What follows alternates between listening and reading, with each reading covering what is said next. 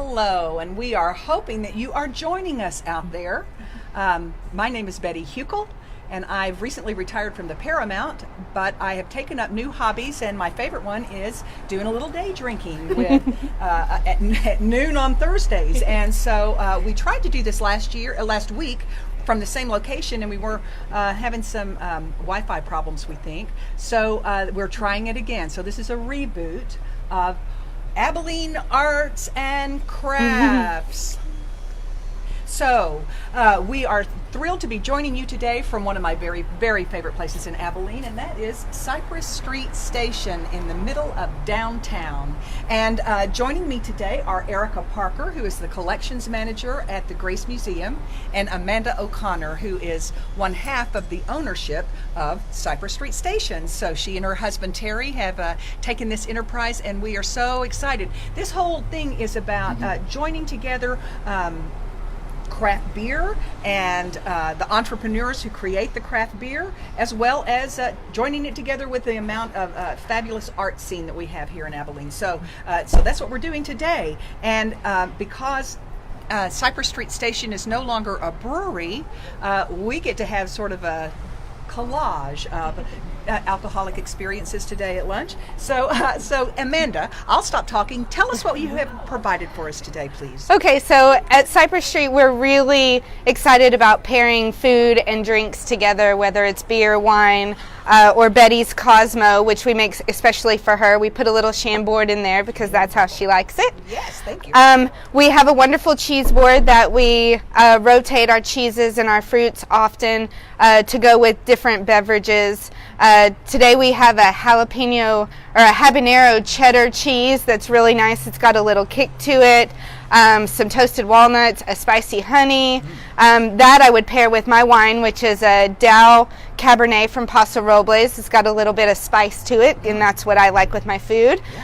With Betty's Cosmo, we're pairing a little shrimp cocktail. It's a nice, cool compliment to her cocktail. And then with Erica, she's got the Robert Earl Keen Honey Pilsner, and with any beer, a great quesadilla goes with that. It's great for sharing and great for a group if you're having some beers and some snacks. We actually have a steak and potato quesadilla. It's really nice and a little bit different. That's wonderful. Well, before we go further, let's have a cheers to Abilene and Arts and Crafts. Cheers. Oh, perfect as always, Amanda. Thank you so much. Before we start talking to Erica about what's going on at the Grace, let's just talk a minute about this incredible building that you are in, Cypress Street Station. Tell us all about it. Okay, so this building is the Compton building. It was built in 1924. It was a lot of different things. Originally, it was a doctor's office on the second floor with a pharmacy, general store on the main floor. People would come in by train to see a physician. So it was really a community establishment even from the very beginning. Brian Green and Judy Matthews together decided to put Abilene's first fine dining restaurant in. That was 1993. Wow. Right around 2005, I believe, Brian decided to bring in his brewery system. Right. It was the first brewery in Abilene. They were making great beer. Unfortunately, when Brian passed away, he took all of his secrets with him. And I don't know if you know, but brewing beer is actually really hard. Just because you enjoy drinking beer does not mean you're qualified to make it. We realized that right away. We actually sold the tanks to a local brewery, Sock Dolliger. They're using them and making their beer. So the tanks stayed local, which was really nice for us to be able to keep that piece of Abilene history local. We do have 14 different draft beers now, as we are letting the professionals brew the beer. Great. 6 of those are locals. We have the Sock Dolliger, we have Pappy Slocum's, we also have Red Gap that comes to us from Cisco. Fabulous, fabulous. And you also have a variety of wines and, of course, Cosmos with a little Chambord. So we really Cheers. appreciate the variety that we have here, as well as the delicious food that they have. So we can't say enough about how happy we are that Cypress Street Station lives and is vibrant and healthy. And before we start talking to Erica, we're going to let this car pass out of the parking space in front of us. And but let me tell you, if you haven't been to Cypress Street Station, you will certainly want to come down and discover this wonderful, wonderful dining experience.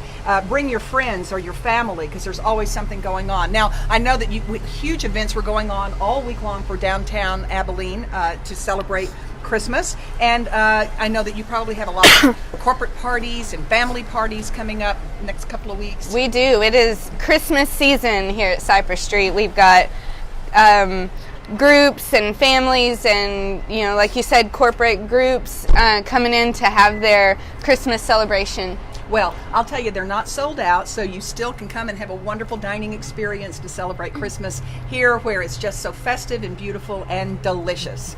Thank you, Amanda, for all of that information. Let's turn to Erica. Erica Parker, again, she's the collections manager at the Grace Museum, and you've been there about 7 years, I think? Yes, it'll be 7 years in January. Fabulous. Well, you have, I understand that the Compton building was designed by the architect David S. Castle, is that right? I believe so. There's some things that say yes, so there's so many buildings here in Abilene that are attributed to David Castle, since during that time frame of the 20s and 30s, 40s, all the way up to the 50s, you can't go down a street without running into a David Castle building. And tell us why David Castle is so important to you right now. Well, right now, in 2009, Tittle Luther, the architectural firm, which is part of PSC now, they actually got together with Abilene Library Consortium because they had all the drawings from David Castle. Wow. So we're storing them since the 1960s when the company closed. And so they've had them since then, and they wanted to do something with them, preserve them, digitize them. And so they got together with them to get all that done. And so when they started talking to us and said that we really want to do an exhibition about that, so that's what we did. We borrowed some of the drawings, we did some reproductions, we have some current and past photographs, historic photos, and so that's what we have up at the Grace right now. And so you can come into the Grace and see his lifetime work on the walls. Mm-hmm. I understand that it's about, 30 buildings are kind of represented in his blueprints and drawings. Mm-hmm. And these are local buildings that you can drive down and see. Yeah. I also understand that it was a very interesting exhibit to curate and to kind of get off its feet. Not only did you have these blueprints, but you went a step further than that, didn't you? We did. We borrowed the drawings from UNT, where they're stored right now, which is in the University of North Texas in Denton. So we actually have those drawings, but we also had to drive around, take photographs of the actual buildings. So we wanted to show that some of the Abilene buildings, because we wanted to bring in and show that local connection. And so many people have connections to the built environment, where they went to school, where they worked, where they stayed. So, we have, the Paramount was done by David Castle. The Wooten, of course, because they were built at the same time, because H.O. Wooten, he, funded for those. So the Lincoln Middle School was the David Castle building, the Federal building, the post office. The 4th floor of the Grace was designed by the David Castle Company. Amazing. So we show about 30 buildings, but it's of hundreds of buildings designed by the David Castle West Company. Texas, not just in Abilene. Yes, there's about 50 counties that he designed buildings in, 8 courthouses throughout West Texas. So it's really amazing how many buildings that you'll run into at the David Castle. Well, definitely his reach was far and wide and really profound, because he was a phenomenal architect, and I know that because I'm pretty well acquainted with the bowels and the inside walls of the Paramount Theater, and I'm just so thrilled that the Grace and Tittle Luther was able to archive and keep and preserve these incredible artifacts that will affect us for years to come and future generations. So I bet that's not the only thing going on at the Grace right now. Of course not. We have things going on all the time. Yeah. Thank you. I hope you heard that, but they have things going on all the time. We do. And next Thursday night, the 13th, is the traditional monthly art walk. It'll be going on downtown, which I'm sure will have a Christmas theme, and all kinds of activities will continue to go on. Every Thursday night, you can go to the Grace, and it's admission free, and you can see these fabulous exhibits. They also often have other events kind of going on those Thursday nights. So we want to make sure that you come downtown and look at all of the gorgeous Christmas lights that have been put up. I mean, this was the 30th anniversary of City Sidewalks, which is the downtown celebration for Christmas, and because of that, the Downtown Association went way far and beyond what they've ever done in years past. I know because I'm retired and wasn't a part of this planning, but had been in the years past, and what they've done is just a phenomenal expansion of efforts. And so if you haven't been downtown at night, please do yourself a favor, pack the family in the car, come drive down, up and down the streets, but especially you'll want to see Everman Park, which is gorgeous, beautiful, and if you've got children, especially get them down here while the lights are up. And drive down Cypress Street so that the end of your drive will culminate in the gorgeous city Christmas tree that we have right at the end in front of the Abilene Convention Center.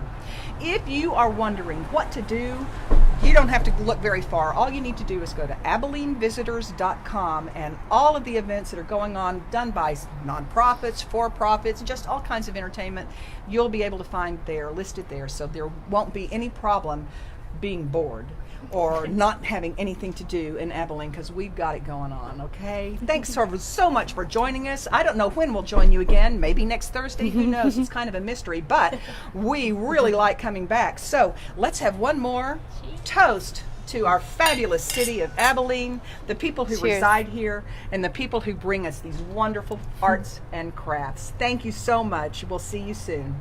Merry Christmas. Merry Christmas.